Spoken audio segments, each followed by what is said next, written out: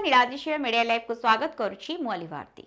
पुरुष प्रधान देश में सर्वदा नारी मानंकु अबला दुर्बला भावरे पुरुष समाज व्यवहार करिथांती। असामाजिक व्यक्ति मानंक ठारू दुष्कर्मर शिकार होइथांती नारी माने।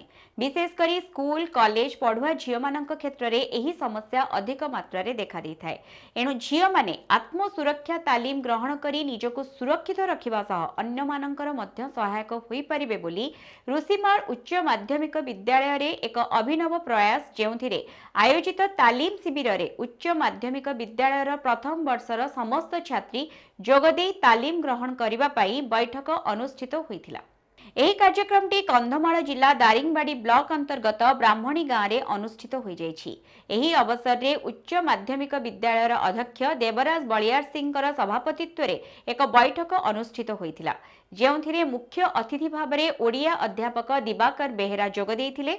मुख्य वक्ता भावरे इतिहास अध्यापक राजू राजकिशोर सिंह, सम्मानित अतिथि भावरे अध्यापक संतोष कुमार नाहक, बसंत कुमार रंजित, लक्ष्मण बेहेरा, अध्यापिका सुनीता नायक प्रमुख जोग देइथिले एवं विद्यालयर समस्त छात्री जोगदे तालीम ग्रहण करने उपस्थित अतिथि और वक्ता माने उपस्थित छात्री मानकु उद्बोधन देइथिले।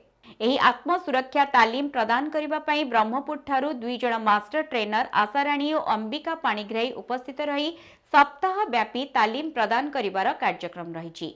आयोजित कार्यक्रम रे संयोजक मिलन बेहेरा पात्रंकर नेतृत्व रे क्रीड़ा प्रशिक्षक रवि नारायण पाढ़ी परिचालना करथिले। कंधमाल जिला दारिंगबाड़ी अशोक सिंह सहित Ashok Mishra report नीलादिशय media live. एभली खबर पाइबा पई आम चैनल को लाइक शेयर और सब्सक्राइब करंतु। नमस्कार।